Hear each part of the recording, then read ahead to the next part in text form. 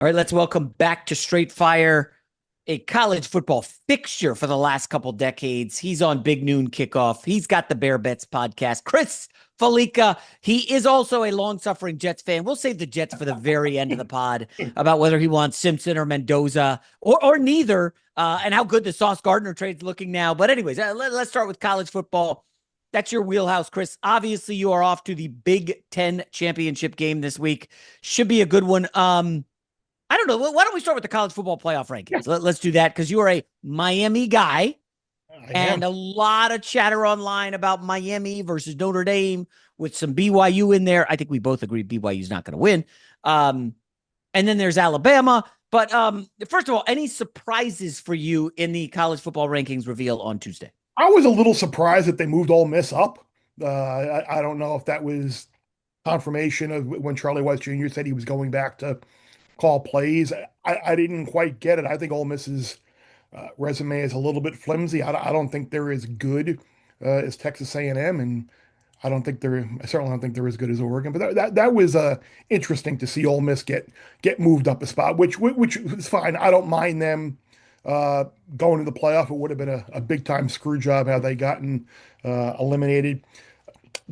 I guess the biggest thing that I'm surprised about overall, besides the fact that the Miami Notre Dame flip hasn't happened yet, is in relation to how that SEC head to head to head, the Ole Miss over Oklahoma over Alabama, how that has Mm. held true, and how a 9-3 Texas beats a 10-2 Vanderbilt. They have the head to head there, and that's held true. But the only head to head that still hasn't flipped was the one where Miami didn't trail in the game that they beat Notre Dame head to head. So it is interesting. I think if you look at the Alabama going over Notre Dame last night, I think that was probably a little while coming just based on Mhm. resumes. Power ratings, obviously Notre Dame's better, but the resumes, Alabama's got a bunch of top 30 Sagarin wins. And Notre Dame only has the one over the two rather USC, and then I Yeah. think there was one of the Pitt one too. I think it's top 30. But yeah, we'll see what happens on Saturday and Sunday. It should be a wild day. So the Ole Miss one's interesting. So do you think they stick at 6? Because I guess Alabama could pass them, but then maybe Georgia falls back. I don't know. Because if you're at 6, Oklahoma, Ole Miss, you definitely want the 3 seed. The 3 seed would be more valuable than the 2 seed, right? Yeah, and you're getting a home game against the 11 seed, which could be Miami, could be Notre Dame, and you'll probably be an underdog on your home field if that's the case. But yeah, I That's a good point. can't see Georgia falling below Ole Miss, but being that they did beat them head to head, I could see Alabama jumping them from wherever they are now, Mm. 9 to 6. That could happen. That's why I don't necessarily feel like there are a lot of markets out there where you can lock in certain seedings and such, but the way that you see the SEC championship game, it could affect things like you could lock in Ole Miss as a 6 seed right now. You could lock in Oklahoma as an 8. You could lock in Ole Miss as a 7, but you don't know that result. And if Alabama wins, Yeah. they're going to go up over a lot of them. But the one thing I do feel fairly certain about, and I know you are not in the same school of thought that I am, is if Texas Tech does beat BYU When? for a second time. Yeah, Yeah. it should be when. It's 12 and a half. 5. That would Yeah, be a shocker. it is, and that's what it was in the first meeting as well. And I'm not sure Chase Roberts, BYU's best wide receiver, is going to play. Mm. Tech left a lot of points on the field in that first game. I think if that does happen, Texas Tech beats BYU for a second time. I think that's the Miami Notre Dame flip finally going to happen because no BYU would fall behind Miami. Notre Dame and Miami will be right side to side. And that's when in the room, all those ex coaches and ex administrators can finally come together and say, Miami did beat Notre Dame in the head to head.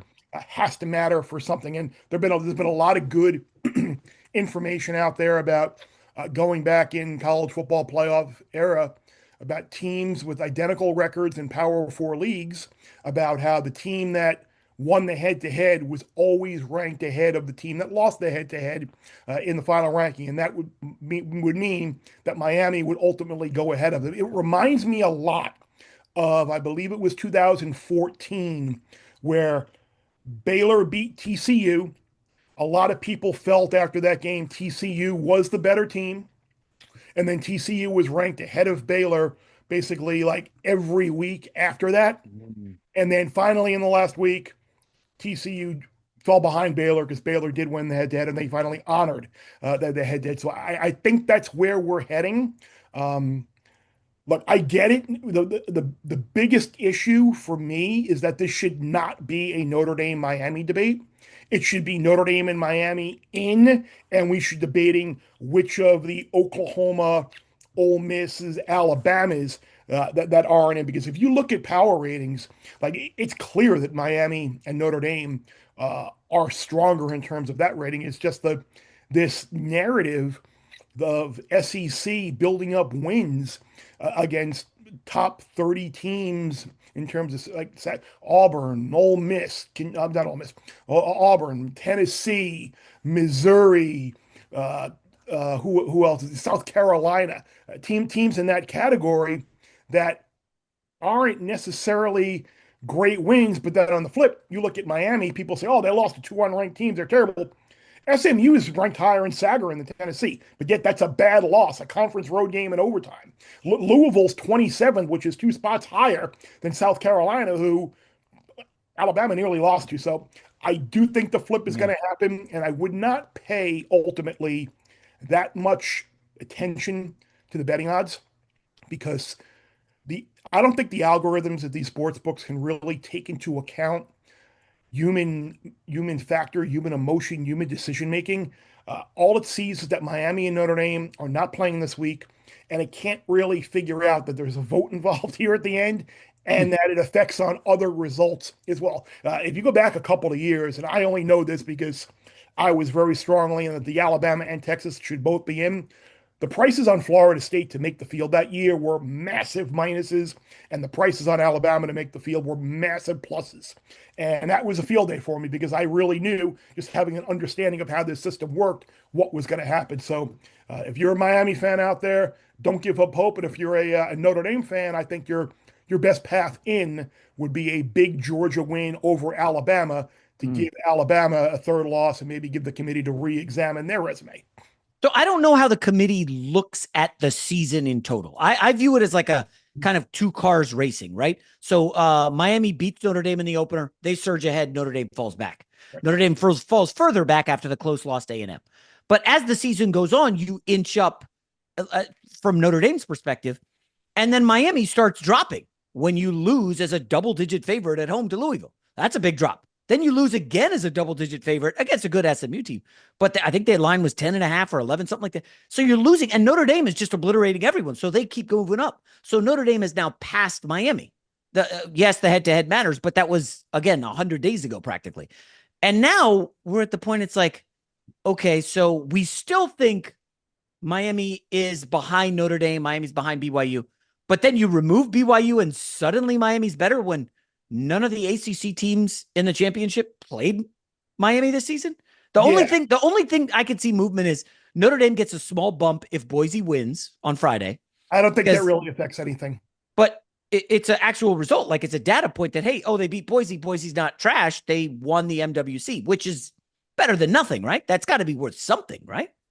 I mean, it would probably help them as a minute, like in straight the schedule. It might help them look a little bit better. But this isn't a great Boise team, and I don't think that. I agree. I don't think they're great. I don't think that ultimately will do it. I just am basing it on committee habits, committee history, Mm. and once you remove BYU from the equation, and I think BYU is there kind of a buffer between the two to To get ultimately. people talking, maybe?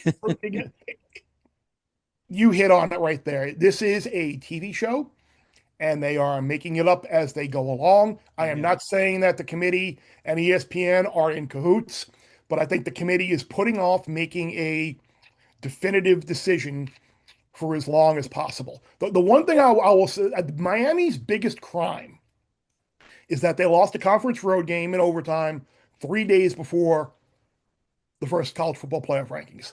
They were entering the initial ranking at the lowest possible point. Yeah. I think at that time there was probably a little bit of a narrative and a little bit of a belief from the committee that Miami would just lose again. And who could blame them, honestly? Miami had been 4-11 in games in November or later under Oh, Mario wow. Cristobal. Sure, they were going to lose either at Pitt or at Virginia Tech. They were absolutely going to. But then a funny thing happened.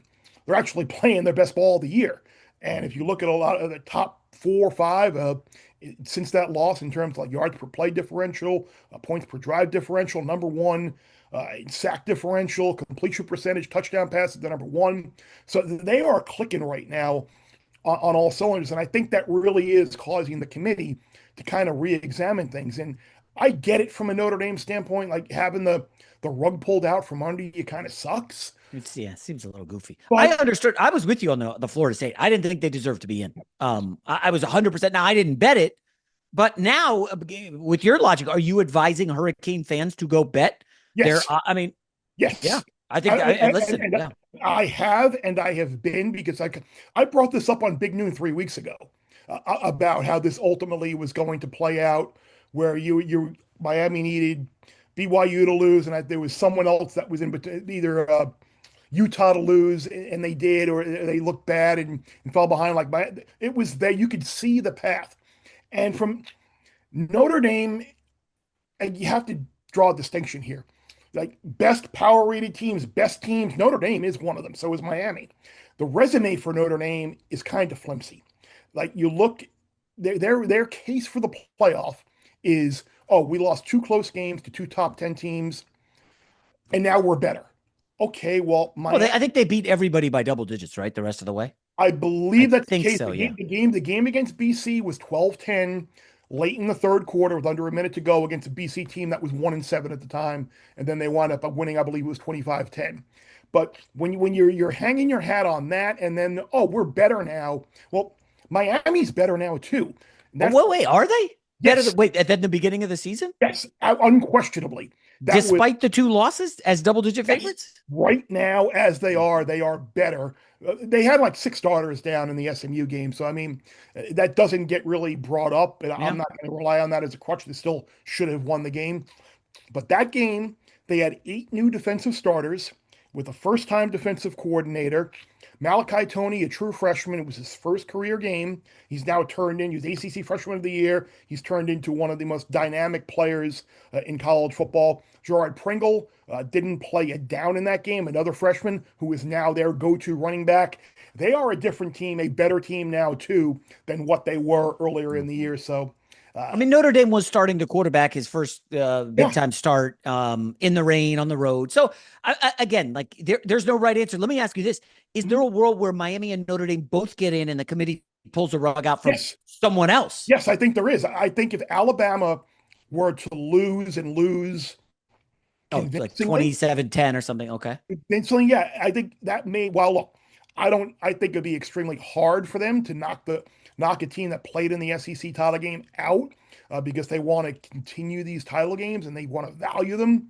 But at the same time, Alabama hasn't played good football in a month. Alabama nearly lost to South Carolina, probably should have lost to South Carolina. Very easily could have lost last week at Jordan Hare blowing a big lead. Turned the ball over 3 times in an embarrassing loss at home to Oklahoma. Kind of slugged past LSU a little bit. Uh, Ty Simpson's really struggled lately. Oh, Turned the ball over wow. a bunch. I The Oklahoma game was a rough one for oh sure. Yeah, yeah, that was outgained bad. by 200 yards somehow, I and you mean, managed to lose the game. you could argue that like everybody's given one mulligan, right? You don't have a good game. I mean, Miami had I guess the Louisville game, right? Double digit favorite. Turnovers exactly. That you would probably use that as the mulligan if you were Alabama. Hey, man, the gauntlet, it's tough. I mean, Mateer was garbage coming off the injury against Texas, right? Yep. And, he, and I mean, he, everyone other than Ohio State, I should say, yeah. and the thing about Alabama, you talked about the Oklahoma game being their mulligan. They've got the worst loss of any of these contenders. They've Oh, lost at 5-7 Florida that's State. right. Yeah. Really game Now wasn't. that was the first game of the season too, right? Wow. So yeah. So was Miami Notre Dame. So what are you just Yeah, going to yeah. eliminate the first week of the season Uh, from counting? I think you're right. Both teams are dramatically different. I mean, Ohio State, Texas, like Mm-hmm. Texas, if you do that rematch, I mean, the spread's certainly under a touchdown, right? I mean, Oh yeah. that's a Oh, hell of a, and totally. so I don't know. The whole relying on a head-to-head in week 1 or 2 to me just strikes as, like you said, teams can't get better and improve. Yeah, I mean, it's Yeah, it's a crappy situation. I mean, somebody's going to get screwed here. right. I mean, you make a strong argument that maybe it is Notre Dame that gets shafted. Um, yeah, they were in the title game last year. I would argue if yeah, if they're facing in the if they're facing Ole Miss followed by Indiana, I'm feeling confident Notre Dame winning both of those. So, and I feel confident about Miami doing the same. That's why this is a very rare year Yeah. where I was not pro expansion. I thought four was a good number. I thought it Mhm. should be hard and elite to get into this thing. Well, wait, who would the four have been this year? Do we know? And that's the great question. Are you going to take all three teams from the Big Ten? Because on my recent power rankings, I Oh, ranked Ohio State, Indiana, Oregon, one, two, three. oh, wow. Now that's going to get people pissed off now that you're with Big Noon. Oh, well, Wait, do you have I love, Oregon I third love best in how the it country? is. Or I'm glad you brought that up because if Hmm. we I hadn't talk even thought about about that. Oregon's defense is fantastic, and they're going to get DeCorian and Moore back. They're going to get Bryant back. They're going to get their offensive line healthy. The committee likes to talk about the best, most complete teams. And in the midst of my sitting around on Sunday afternoon and having my eyes burn while having Jets Falcons on the TV, I started doing a bunch of sorts and a bunch of filters. And I was like, okay, best, most complete, most deserving. Okay, let's take a look. Teams that are in the top 30 and straight the schedule, teams that have a top 20 offense and a top 20 defense in terms of efficiency, teams that are in the top nine of Sagarin, FPI, and SP Plus power ratings, best teams. SOS, I believe, give a tough schedule. And then top 10 in game control, which is eye test, numerical representation of the eye test, and dominance of a team. There are two teams that meet all four of those criteria. Number one is Oregon, and number two is Miami. It's pretty, and I wasn't going. Wait, Ohio State's not in there? Ohio State's schedule is like outside the top 50. So Oh. that's yeah. Ohio State, What about Indiana? Oh, their schedule as well. Yeah. Indiana's schedule is bad So too. how did Oregon schedule so much more difficult? Oregon has had a bunch of road games against top 20 Sagarin teams. Washington was a road game against a top 20 Sagarin team. Ah, Iowa was. Penn State still, despite the 6-6 record, is a top 20 Sagarin team. And then they had Indiana. So they had four teams in the top 18 of Sagarin, three on the road. So that kind of offset the poor non-conference schedule that they had. So it is interesting that the two teams that kind of met the criteria for these most complete, most dominant, best were Oregon and Miami based on a little bit of a schedule adjustment. So we'll see what happens. wow. All right, fine. So final. Let's hypothetical. Alabama beats Georgia. I have bet Alabama 2.5. I know a lot of people like Georgia. That's fine. Uh, then I would assume Georgia falls out of 3. Right. Indiana loses to Ohio State. They fall out. Let's say Texas Tech wins. So it goes Ohio State 1, Texas Tech 2, Oregon 3. I don't think they'd move Oregon ahead of Indiana just because Indiana went to Oregon and And won. one. Okay. I think you'd have Indiana 3, and then the debate for 4 would be either Oregon or move Alabama all the way up to 4 over Georgia and the rest of the SEC club. Hmm. Interesting. All right, let's get down to the games. Indiana, Ohio State. I'm on the Buckeyes here, -4.5. I think that if you like the Buckeyes, you probably should bet Julian Sayin to win the Heisman right now. I just I love Mendoza. I really like him, Chris. I'm worried about him in this. It's a tough spot for the kid. I say kid, but he's a double business two graduate school degrees already. I like him as a pro. I just think this is a difficult spot for him. I'm curious. Do you think there's any home field advantage, if you will, No, no. for the Hoosiers? Okay, It I will didn't be think. it will be a large amount of Buckeye fans there. But so the only They argument pay. would be Buckeyes fans know, hey, we got to save up for the national semifinal and the championship because we're going. I don't know that You'd Indiana think fans would do that. And when are the next time they're going to be in the Big Ten championship game? that is the biggest concern I have in the last part of what you said. This is like the crowning moment for Indiana. When are they ever going to get an opportunity to go 13-0, win the Big Ten championship, be the number one seed in the college football playoff? They would be ranked number one in the country in the AP poll. Like, when is that going to happen again? And you couple that with Ohio State, emotional win beyond belief last week. Exhale. You finally beat Michigan. Now you got to go play this game, knowing that win or Mm. lose the Big Ten championship game, you're getting a first round bye. You're the reigning national champion. You're gearing up to put your focus on repeating as national champion. So the emotional kind of, is it a letdown spot for Ohio State? That would have me a little concerned, but I still think they're better. I worry about Indiana's ability to run the ball against good teams. You Yeah. look at Indiana's, their running game really makes things go. Against their bigger name opponents this year, they kind of struggled running the ball. And I'm not sure if that happens, if Mendoza, despite that final drive that he had against Penn State, if he can really carry this team on his back to win over 60 minutes against a defense that hasn't allowed more than 16 points all year. So I laid 3.5 a couple of weeks ago on the That's look nice. ahead line, expecting this to run out to 6 or 6.5 and be able to potentially buy a little bit back on Indiana. I Mm. did not, and the fact that this keeps coming down, if you like if you like Ohio State, you might just want to wait a little bit longer because there's a good chance this hits 4, maybe even comes back to 3.5. Yeah, feels like a public dog a little bit. And I drilled down on that Oregon game because that happened a while ago. So Oregon had a turnover on downs, missed a Mhm. field goal, and threw 2 interceptions in their own end. Yes. Like that was and I know the defense showed well for Indiana, and Moore had his worst game of the season, but it was pretty clearly like hey, they I don't want to say they got a gift, but Oregon did everything wrong in that game. It felt like. Yes. I don't see Ohio State beating themselves. You had a reaction to Sayin to win the Heisman. Where are you on that Heisman? I think there is a case to be made for Diego Pavia, and Oh, Vanderbilt kid. I did not necessarily think this 2 weeks ago, but having sat and thought about it, the way the Heisman voting is constructed, it is all regional. There's no other candidate in the SEC in the Southeast. Pavia is going to get essentially every first place vote Wait. in that Hold on. region. Georgia doesn't have any, not the running back. Nope. Um, Alabama Simpsons no doesn't have longer. anybody. Oklahoma, Mateer missed too many games. Arch can't get any. Oh my gosh. Wow. Okay. So So, he's going to be oh, the SEC guy. He's going to be named on every ballot and probably in first on a majority, if not nearly every ballot. He's probably going to get a lot of the West Coast votes. People are going to remember him from being at New Mexico State and familiarity there. Mendoza, Sayin, Jeremiah Love, Midwest, Big Ten, they're probably going to cancel a lot of each other's votes out.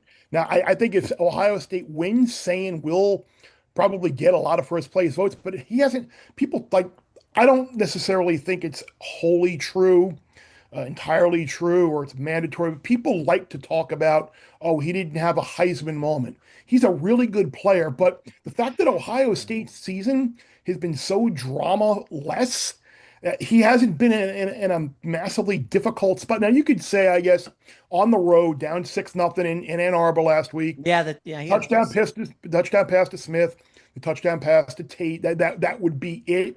But I think there's an avenue for Diego Pavia to win if Ohio State wins the Big Ten well, championship. the voting blocks are interesting. Who's favored right now? Honestly, I haven't betted. I Mendoza. didn't bet. Mendoza is favored, and I think if Indiana wins, I think Mendoza will ultimately. Yeah, So, but but they're not. that wager is really incorporating Ohio I, State if you're looking to bet uh, Pavia at I like three. like that regional angle. That's good because it is the vote. It comes down to the voters. And listen, some of And these I don't guys, have a vote. Well, just to let people who are listening out oh, there, I don't vote in this thing. I can't be influencing anything with a specific vote. I can just put information and my thought out there. yeah. I'll be honest. I don't think Sain's been the best player in the country, but this is what we do for awards now. NBA, NFL. Are you the best player on the best team? Let's give it to him, right? Drake May might win the NFL MVP. There's no way he's the best player in the league. No way. That I is that is a market that I think is wide open right now to bet. it could, yeah. And I don't know I don't know if I should be betting Dak. I don't know if I should be betting someone else. Like the Colts are going to miss the playoffs, I think. So you're not going to give it to Yeah. Jonathan Taylor. No, no. JSN, like Sam Darnold, that's not going to Nope. continue. Like he's going to continue to fall down. Like who's it going to be after that? Like I think Dak at like 11 or 12 to 1 right now. If the Cowboys were to win that division and rip off about what eight straight wins to end the year, he's going to have a great case. Did you look at their last 5? They might go 5-0 if they beat the Lions here Yes. Thursday. Yeah. Yeah. Oh, yeah. I actually bet George Pickens last week at 150 to 1 to be offensive player of the year. And No I, way. I bet Wow. and I bet the Cowboys at 10 to 1 to win the division. Wait, wait, wait. Let me look. Let me see what I can find on Dak MVP right now because I think he's that's up, interesting. yeah, I think he's 11 to 1 or 12 to 1 or something like It could that. be dead Friday morning. If they lose to the Lions, it's dead. But Totally I don't know. good. I've already bet them against the Lions. I don't know where you are on that game. I Um, think the guy I like the Cowboys in the game too. And I hate being prisoner of the moment, but right now they're better. The Lions have a ton of offensive line injuries and not everybody to catch the ball. Like I was high on the Lions at the start of the year, but hey, give oh Jerry wow. give the Cowboys credit. The trades that they made have panned out for them. So here we go. Dak plus 1345. That is not bad. And Uh if they win, if they beat the Lions, that's going to be 7 to yeah. 1. So I think you got it. I'll take that. And I'll take some Jordan Love as well. I'm a believer. They're gonna get Reed here back shortly. And well, who's the other guy? The other receiver. Matthew Golden. Golden, yes, Golden, who's been a bit of a disappointment. I'm sure you've seen the numbers. All right, I got sidetracked. Let's go back to college Oh, football we're real quick. good. Do you have anything on Alabama, Georgia? I am concerned about liking Georgia here. I hate laying 2.5. I hate laying Mm-hmm. numbers under a field goal, but I just go back to that first meeting. Alabama had a great first half, and then Georgia ultimately figured them out. Georgia's defense has gotten better. Georgia did not have either so their starting offensive tackles in that game. They may not have starting center Drew Bobo in this game, which could be a problem trying to block Tim Keenan up front. Uh, Frazier, the running back, only had 4 carries because he fumbled. They got benched. That's right. Alabama has not been. Everything logically in my head says that Georgia is the right side Mm-hmm. here to get revenge, but I'm having a hard time getting there. I went back and looked. You know from following my Twitter feed and stuff, like if you favorites of 3 points or fewer in power in conference title games the Oh last boy. 5 years, 3-11, Woo! straight up. Straight So up. straight up, Yeah, the 3-11. market's telling you, hey, we're not giving three. I know it's not home field, but I don't know who has home field advantage. It is in the state of Georgia Georgia. maybe a little bit, but Yeah. Bama fans will show. Like, look at last year. Texas was a 2.5 point favorite in this game, lost outright. SMU was a 2.5 point favorite against Clemson, lost outright. Mm. Iowa State was a 1.5 point favorite against Arizona State, got blown out. Louisville was favored over Florida State in 2023 with the backup quarterback in, lost. So 14 and 24 all time, 3 and Wow. 11 the last 5 years. Yeah. Favorite, 3 points or fewer. This one's out of left field, but Joel Klatt did say it on the herd on Wednesday. He said that he believes Penn State is circling a coach who's still playing, currently still in like the playoff mix. And he was Hmm. going through names, and he said, "What about Kalen DeBoer?" I was gobsmacked, and I'm thinking, Kalen DeBoer. First of all, he's a Sexton client, which sound apparently Sexton doesn't like Penn State now. That's the rumor. Yeah, I don't know what's up with that. But listen, I know Kalen DeBoer probably doesn't love the reaction in the Deep South. Like they're ready to fire him after the FSU loss. Then he's a hero because he beats Georgia. It's a little goofy. I think DeBoer is awesome. He I is. would be floored if he went to Penn State. Your thoughts on that and then the Penn State search? I would not be. I would be surprised. Ooh. I think the path there is Alabama losing the SEC championship game and not making the college football playoff. I think that's Mm. the path. If that were to happen, then Penn State kind of give him a soft landing spot where, hey, parachute in. You want to deal with this anymore? Come Yeah. and come where you're Wow. come where you're appreciated. I don't. I ultimately don't think it will. I think Penn State really thought that they were going to get Kalani Sitake. I thought they felt like Mm. they were in a good position to do so, and then Crumble Cookies came in and spoiled the party. Only So, but wait, let's back up a sec. This whole Penn State firing, are you of the belief that when they got rid of Franklin, they thought Signetti was in the bag? Because you have no, to have a game plan when you run off somebody like that. no, I think it was. I don't think they're regretting firing James. I think it was just a general, like it was so toxic there amongst the fans and his inability to win a big Yeah. game and then to completely fall apart again against UCLA and Northwestern. It was like, okay, this is done. But I do think that they thought they would be able to get one of the big names in there, whether it was Rule Signetti, but who Barkley. or yeah. And now that they're not, I think they're just going to ultimately land on Terry Smith, an alum No. team who's been playing great. I don't know. Braum is staying at Louisville. I saw Let Hartline is going to USF. That's a whiff. Hartline's going to USF. Brian Dable's name has been out there. Well, yeah, what do you think of that? I mean, they had success with an offense, a pro offensive coordinator, a pro coach before when they brought in um, Bill O'Brien Mm. in the lowest point in the program's history. So Yeah. maybe Christian Hackenberg days, I believe, right? oh, I was so excited when the Jets drafted Christian Same. Hackenberg. I, I Same. I thought we were on our way, What about especially. Dan Mullen? We had someone I'm not gonna I don't want to call him out who came on the pod and I started asking around about Dan Mullen. They were like, apparently some shady stuff went down at Florida that isn't public. I don't exactly know what it was, but why I don't. isn't anybody kicking the Dan Mullen tires? I think probably. I mean, I wouldn't say year one at UNLV, but yeah, there must be something there. I mean, I thought he did a good job at Florida. He certainly a great coordinator as well. I would hire Dan in a heartbeat, but maybe just the whole is he really gonna bolt on UNLV after 1 year? And I think he's kind of come out and said, "I'm happy here." But hey, happiness, Yeah, yeah. happy you bring a blank check. Certainly, have Uh, happiness change. all right, final one. Texas Tech, BYU, 12 and a half. I'm seeing up to 13 in some spots now. You mentioned the coach and the dalliance with Penn State. I would assume they're locked in. It's tough to route a team twice in a season, or maybe that's just a mind game we tell ourselves. But BYU is going to be amped for this. Texas Tech knows it's clear and in automatically. Best season in program history. Is there a world where BYU dials up some interesting stuff here and they get the cover?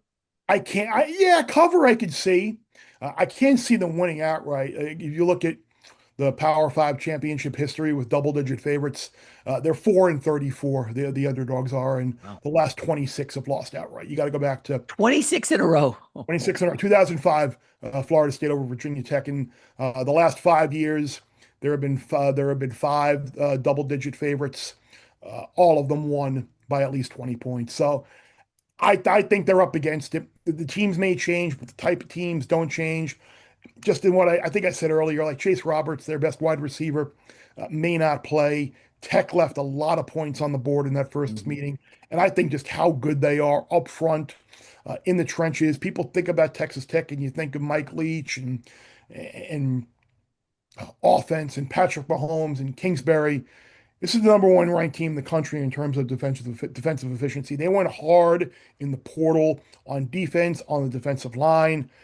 They dominated the game in the first meeting, holding BYU to like 240 yards, I think it was. Uh, I I just have a hard time seeing BYU manage to score enough points here, even though it is not in Lubbock, but a neutral site. I would be very surprised Yeah. if BYU won this game. All right. Well, we could wrap up. I know you love gambling. The Giannis situation that started to develop, he and his agent have started conversations about departing Milwaukee.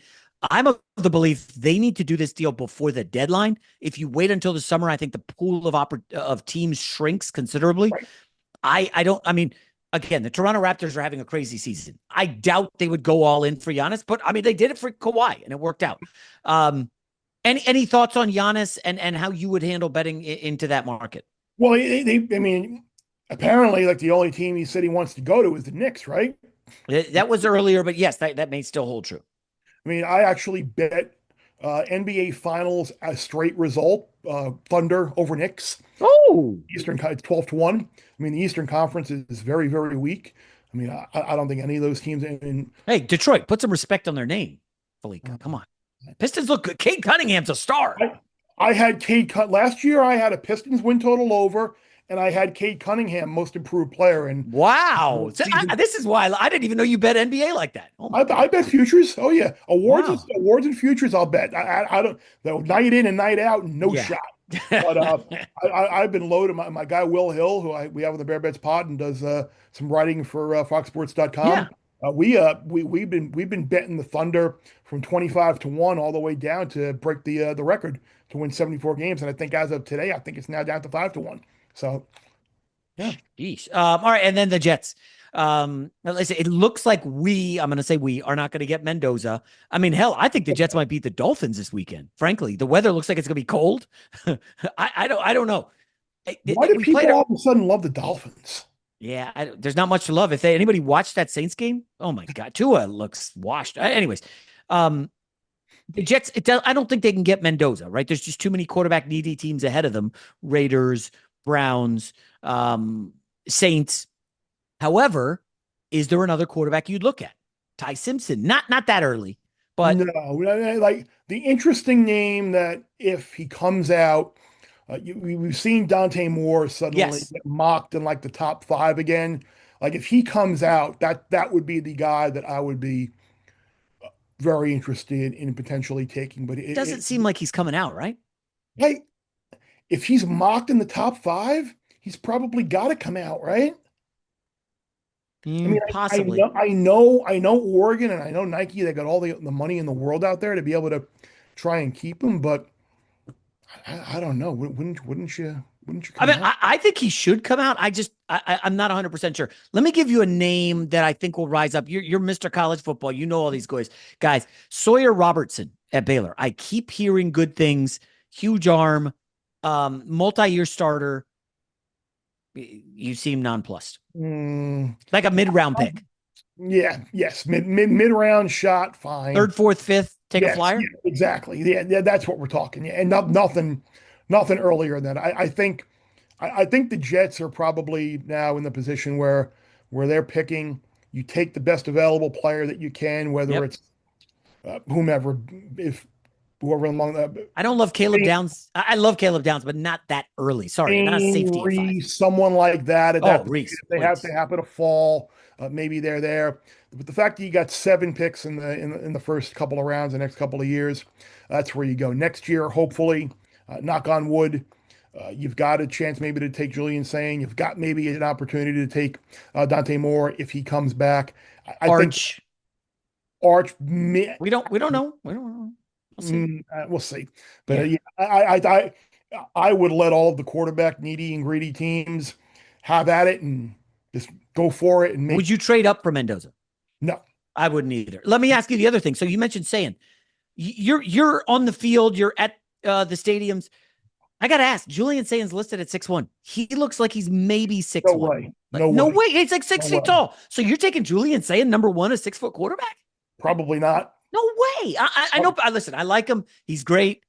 He might win the Heisman. I'm not taking him in the first round. I'm sorry. No And I way. think you've seen the struggles that Bryce Young has had, but Thousand his, percent. his height has been a big problem, I think, in Yeah. success. All right, we could do this all day, but he's Good. got a real job. Chris Fallica, Bear Bets podcast. He will be on the ground, boots on the ground for Indiana, Ohio State. It should be a barn burner. Chris, happy holidays to you and the family. Good chatting up. Absolutely. Same to you, Jim.